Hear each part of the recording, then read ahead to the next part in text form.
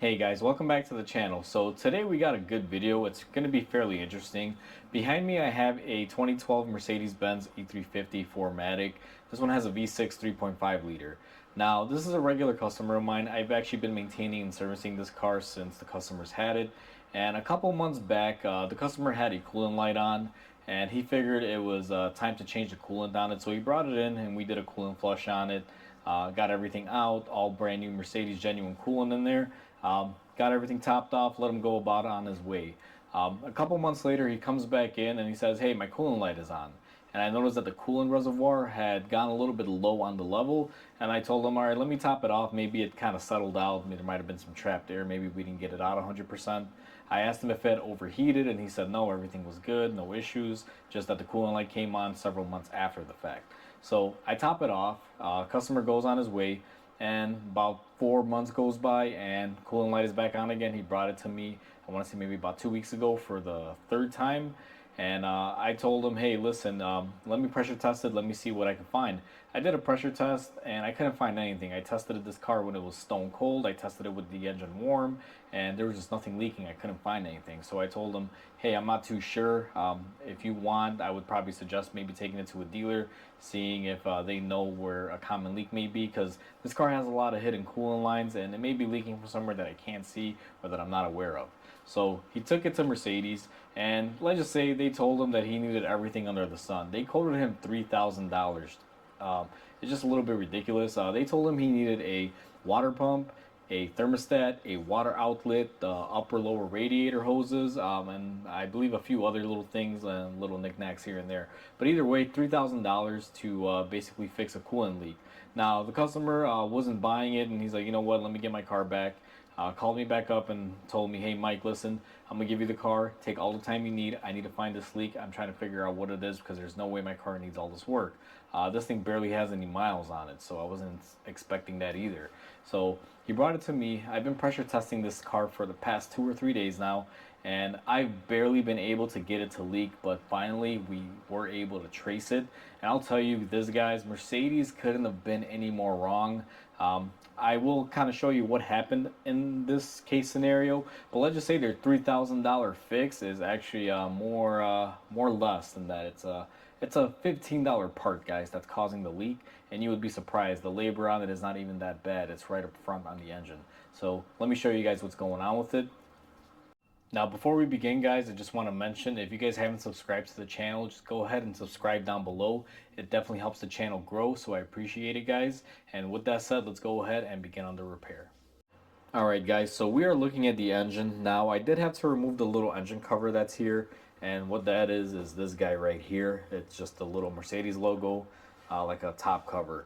So our leak that we've been having, that it was such a pain to find, is actually right here on this coolant line. Now this coolant line goes from the upper radiator hose block all the way to what seems to be, I believe, the engine oil cooler. And there is an O-ring here, and this thing, the reason why I wasn't able to find a leak previously is it's been leaking onto the belt, and as the belt spins it basically flings it out, and I just wasn't able to see it, and I'm assuming it was a very small leak at one point in time. I initially thought this thing was leaking from a thermostat or something, because the way the belt carries it when the car is off, it kind of makes it, go on this side. But right now, I don't know how well the camera's going to pick it up. You guys can see the belt is shiny. It's been sitting in here and it's been dripping on here, and it's been sitting for a while under a pressure test for me to be able to even find this, guys. But it was just coming on so frequently, as far as the car telling us it needed coolant, that we had to find this leak. And after several hours under the pressure tester, we were able to finally find it. So that is our mystery leak right there. And what we're going to have to do is I'm going to try to minimize spilling as much coolant as I can on this, because this thing got a coolant flush not too long ago. But we're going to have to remove that one bolt right there. It's a Torx screw style. And there's going to be an O-ring seal that we're going to be replacing in there. So let me get you guys set up and I'll show you guys this process.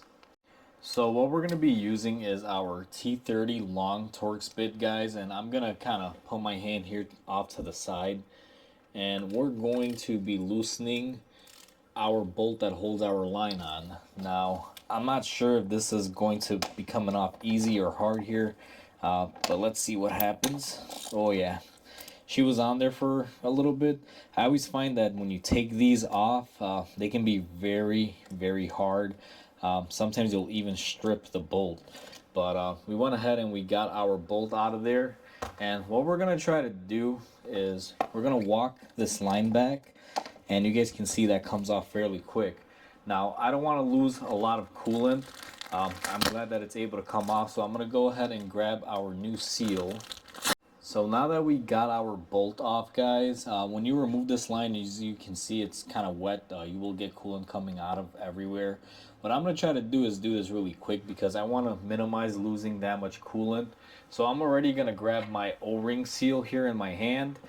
This is basically what the new seal looks like. And then I'm going to also grab my flathead screwdriver so I can go ahead and get this done as quick as I can. Now, I may have to plug this up with my hand here. Not exactly sure. Let me see if I can use a paper towel to kind of hold back some of the coolant. It should kind of stop it for a little bit. And then what we're going to do is quite simple. Now, I don't know how well the camera is going to pick it up, but I'm just going to come in here with my flathead screwdriver. I'm going to lift up on this little O-ring seal. These usually come off fairly simple. This one I can feel is a little brittle just because of the way it's fighting me. And it actually broke on us. So this is our old O-ring, guys. That's why she was leaking. Now, what I like to do is take the new one. It's nice and supple. And we are just going to go ahead and insert it in here. Now, I will say that this camera angle is probably the worst for you guys. But I'm trying to do this without losing a lot of coolant. Because like I said, this car just got a coolant system service about a couple months back.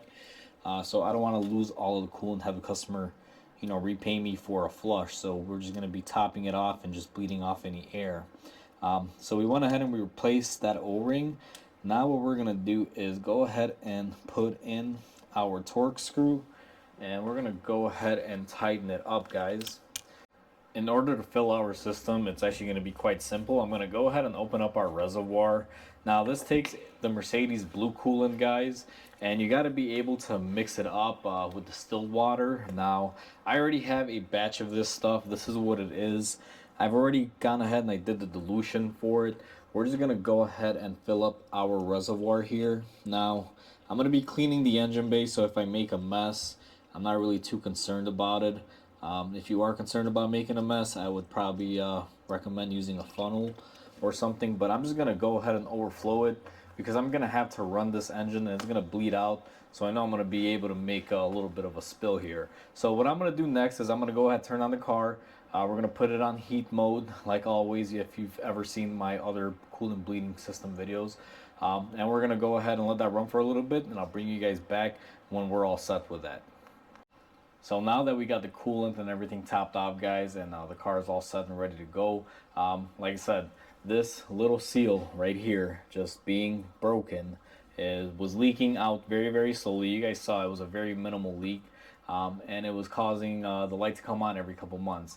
And according to Mercedes, this is worth $3,000. And here's the thing. I'm not one to judge, guys, but you guys saw me do this repair, and I'll be honest with you, I think it took me longer to bleed out the cooling system on this car right now with the coolant that we lost than it actually did to replace the seal. So realistically, I got about maybe 10 or 15 minutes worth of time replacing this little $15 gasket and about 30-40 minutes of bleeding out the air from the coolant. As you guys can see, nowhere near $3,000. It's just dealerships are getting a little bit overpriced. With everything going on in the economy now, everything being a little bit more expensive, I guess they're just taking advantage of the situation, thinking that people are just going to buy into whatever they are selling. And in this case, as you guys saw, smart move on the customer. He didn't buy into it, called me back up, and took a little bit of time from me, and took a lot of patience, but we were able to find the leak. Sometimes all I can say is you gotta take your time. Don't rush through things, guys. I know that realistically this customer's not gonna pay me for let's say 3 days of 8 hours of me messing with this thing, testing it out. And realistically, I didn't spend 8 hours every day on it. I would just keep it pumped up, making sure. So I'd, have a pressure tester on there every half hour to an hour. I'd come back, check it, pump it up, just in hopes to see if I would get, something leaking. And it paid off in the end. So I know a lot of you may get discouraged by this. Like I said, it depends on the tech.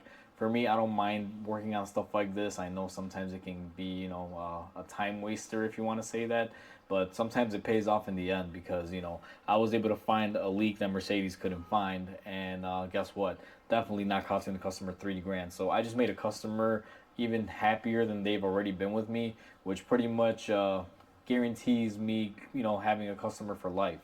Because I'm willing to go the extra mile and do little things like this. So, with that said, guys, hopefully you guys enjoyed this video. Please comment, like, and subscribe. It'll definitely help my channel grow. And with that said, hope you guys have a wonderful day, and I'll catch you guys on the next repair.